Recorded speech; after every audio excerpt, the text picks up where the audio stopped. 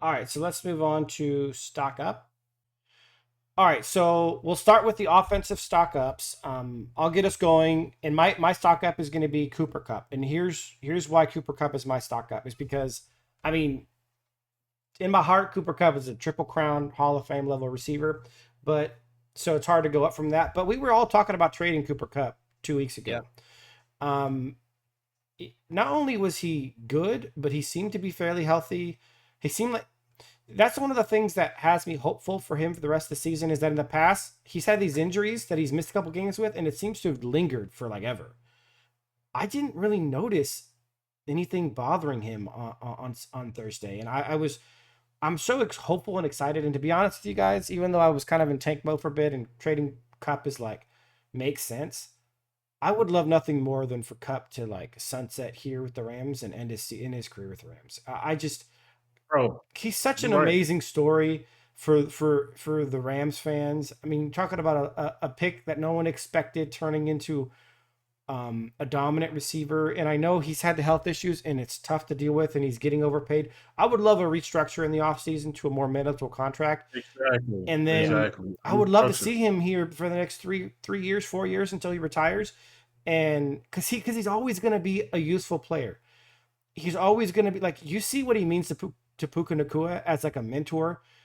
I would be shocked if he wasn't meaning the same thing to Jordan Whittington as a mentor and the next receiver we draft in the 4 to 6 round range. He's just so good for the locker room. Like, dude, people seem genuinely upset at the thought of trading him, like genuinely upset. And so stock up Cooper Cup. You know what? F it. I don't care if he gets hurt again. I would like a restructure, but I want Cooper Cup. He deserves to retire a Ram. Like real talk. That dude, 100%. he carried our offense in 2021, bro. Like legitimately, we had no running game. I know we had a couple receivers who were like doing stuff, but Cooper Cup was the engine behind that thing. Um, no more Cooper Cup trade talks, man. Let's restructure that man and let him retire in horns.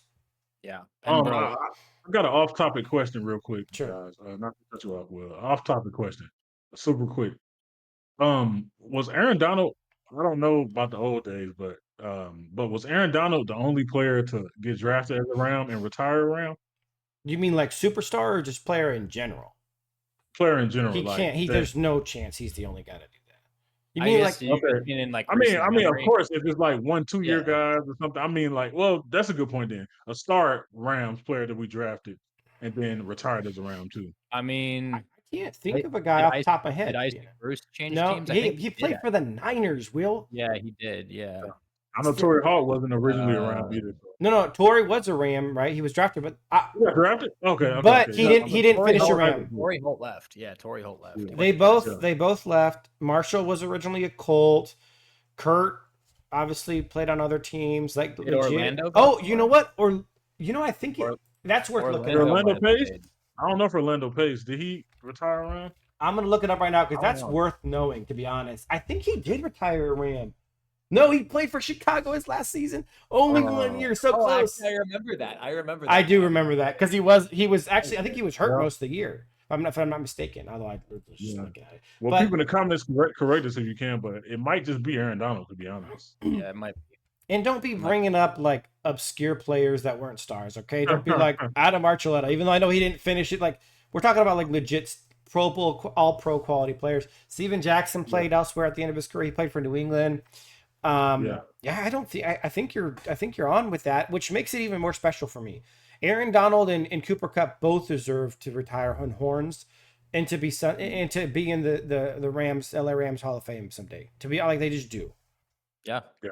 I meant to say this earlier, but it fits here too. Is like it's crazy how massive of a game that was. As far as like Ethan, I remember you saying at some point, I think it was the State of the Rams address episode, where it was like the Marvel timeline, right? Where like there's so many different directions that this could have gone.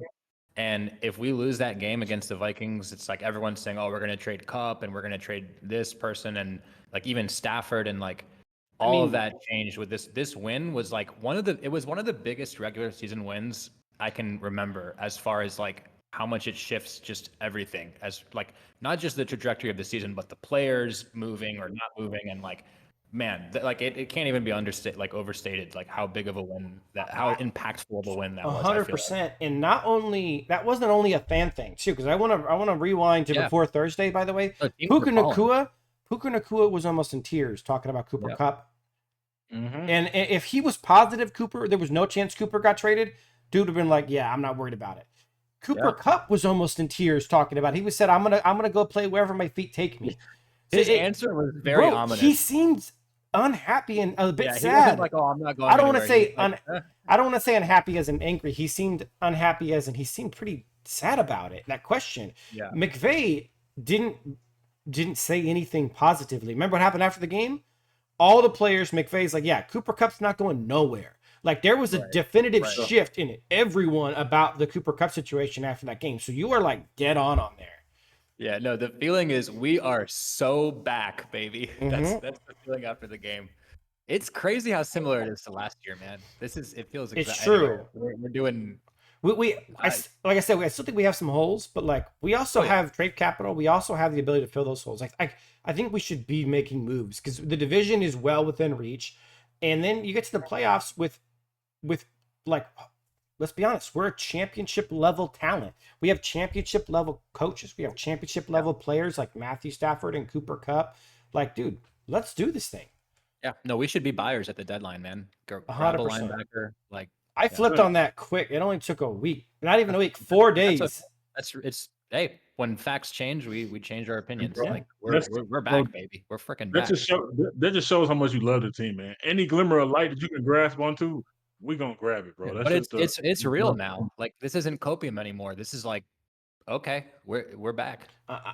Okay. I still gotta take a week at a Okay. time, but like Yeah, Oh yeah, I'm in a the Seattle better game is the Seattle game is just as important to me. To be yeah, honest, yeah. totally. that's an yeah. I mean, But we got realistically, based on our opponents, we should go on a winning streak, like a really good winning streak. And then when we get guys like honestly, John Johnson third might be the biggest guy we get back outside of Puka Nakua and yeah. Cooper That's Cup actually it's a low key, very big because return in the the safety comeback. position has been rough without him, Yeah, 100%. and he dominated. Yeah. So okay, so I did stock up. Did you guys do stock up? I don't think we.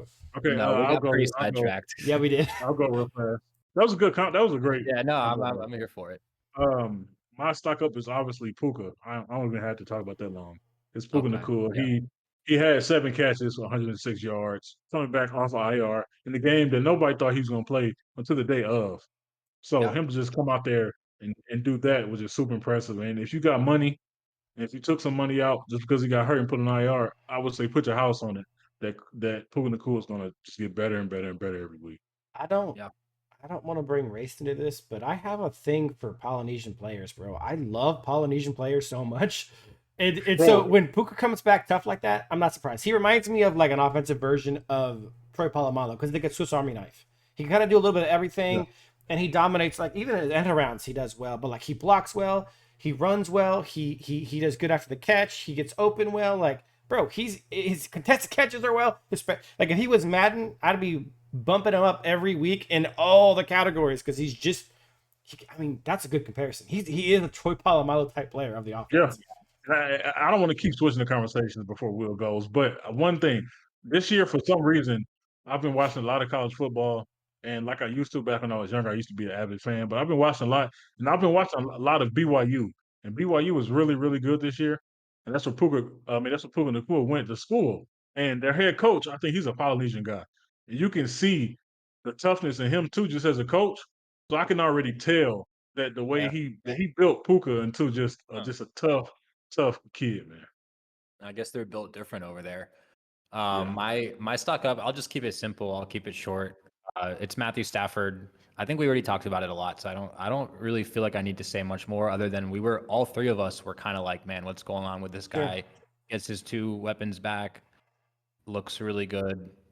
That's pretty much it. Matt Stafford stock up. So, and yeah, that's fair. And I think Joe's point is really on point about maybe Matthew Stafford isn't the same kind of guy who could like carry a team solo, and we learned that for the first bit. But what we also learned is that when you give Stafford some time and he has receivers who can get open well, he could still be a Super Bowl caliber quarterback. And Yeah. he has that experience that's necessary. So that's a great stock up. 3 great stock ups.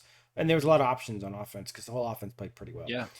All right, let's do stock up defense. Let's do this quickly. I'm gonna go Jared Verse just because I went from thinking Jared, like I literally, like I said, I went from thinking he was really good and he was gonna be a stud to like thinking he has the future of like, I mean, honestly, like we talked about, one of the Watt guys or one of the Bosa brothers. Like I think he has a top 5 future. And I'm just so happy to have a dominant elite player who I think is going to be good in all phases of the game, the way Aaron Donald was. Yeah, he's a star, man. Yeah. My stock up on defense is Darius Williams. Um, I think Darius Williams has just been really, really, really good, man. Since he's came, I can Yeah, it's see been I good. saw I can see a difference in the Totally. secondary. He had a good game against Justin Jefferson, mainly in the second half. He was really good. He's been really good. And I want to make a point. I know people, because he's 31 years old. And I know people said that we overpaid Darius Williams at this age.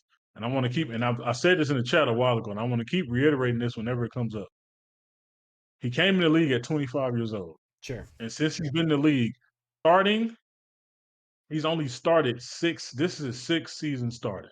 Yeah, he has a few more. means which means is the wear and tear on him is a little different than a lot of guys in the league that play his position.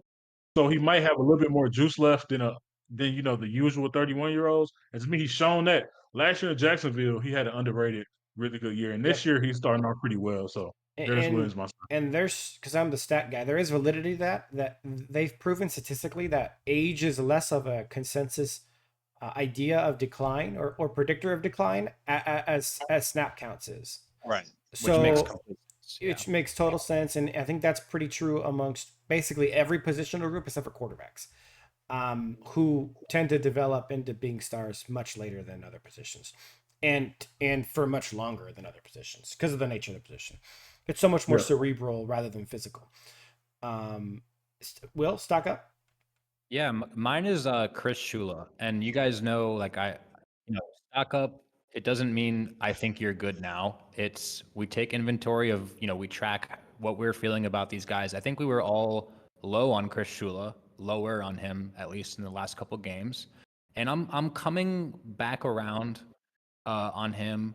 I think I started to say it after the Raiders game, but like just realizing, man, like this is a really tough task just with all these new pieces, these young players, these free agents. Like it's a lot to put together, and I think to expect the defense to just be humming like 5 games into a season with all these moving parts and new parts probably was a lot to ask.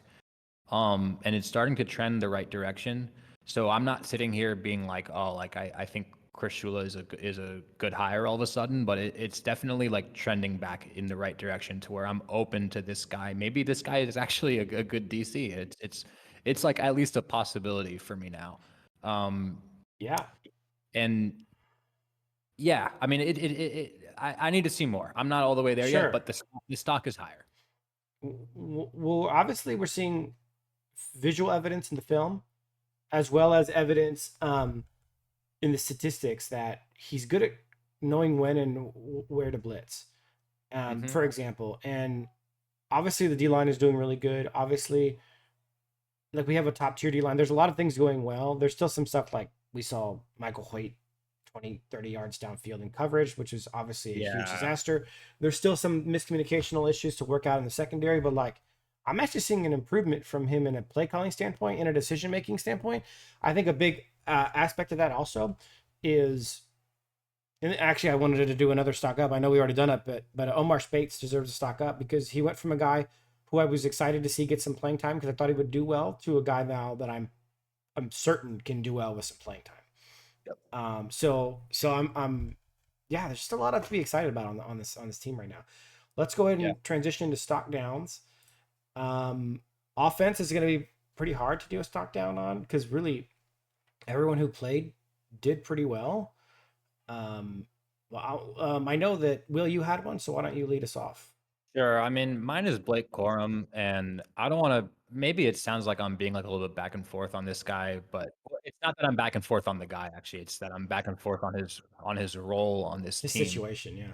Yeah, and it's it was a big game, and he got 4 carries. Simply put, I just don't think this coaching staff trusts him fully right now. I don't know how Sure. else I can rationalize it or explain it other than that. I don't think they fully trust this guy for whatever reason. So stock down Blake Corum. I'd like to see him some more, but I don't know. Yeah, it doesn't feel like he's going to get consistent playing time at all this year. Yeah, I agree. So, yeah. yeah, it's like I'm on. Well, I don't really have a stock down on offense. I think the offense was really like that complete. I guess I can just piggyback off Will stock down with Blake. We all had a whole lot of stock in Blake to begin the season, and the smart thing to do would be to take some money out just because his role he's playing right now. I don't know how it's going to pan out to, you know, to end the season as we go through the season. But hopefully he gets more playing time. But right now, it's looking like it's just something. It could be something in practice or something that they see that they just don't like 100% to play him a lot of snaps. I don't know what it is, but yeah, that's You just know, my stock down. they've said that it was pass pro, but I actually been impressed with his pass pro so Yeah, far. he's had some good pass pro He's reps. been Yeah, he's been good Yeah. on some. he's So I had just some don't. good. I'm even more And confused than ever. yeah, in that No game, way. I think in that game, one of the He few had a good plays great, he had was picking up a blitz, and then great mix. Stafford Yeah. Yeah. found Puka. So You know yeah, what? like I don't know. It's weird. I was thinking the other night, when I was watching the highlights, I was just randomly thinking maybe it could be that because they know they're running Kyron a whole lot, and they know it's a chance that he could get injured, I was thinking that too. and maybe they might be trying to That's conserve an interesting Blake thought. Corum. We, Yeah, we also They could talked be trying to about conserve him. we also talked about the idea that it seems like the Rams are headed towards this strategy of just drafting running backs and kind of running them into the ground and then getting the Mhm. next rookie guy so they never have to pay anyone. I don't know that for sure, obviously, but that might be the case where they're just like, hey, we're gonna be able to run the Corum into the ground for a couple years after Kyron's done. So let's I actually conserve think him. that that's a good theory I too. don't love it, but I think that might be the likely scenario we're headed towards.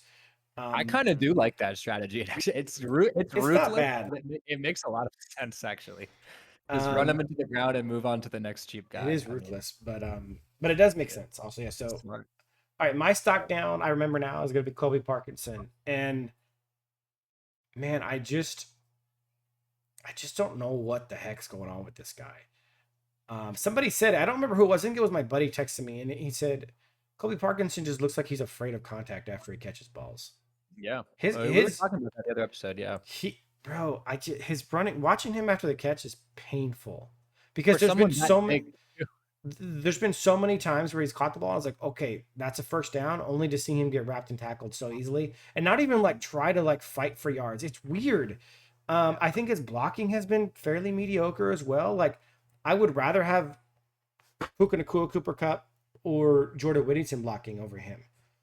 And the other thing is you're talking about we thought he was going to be our full time starter until we saw more of Tyler Higbee coming back from injury. Which does Tyler Higbee even exist anymore? I don't know.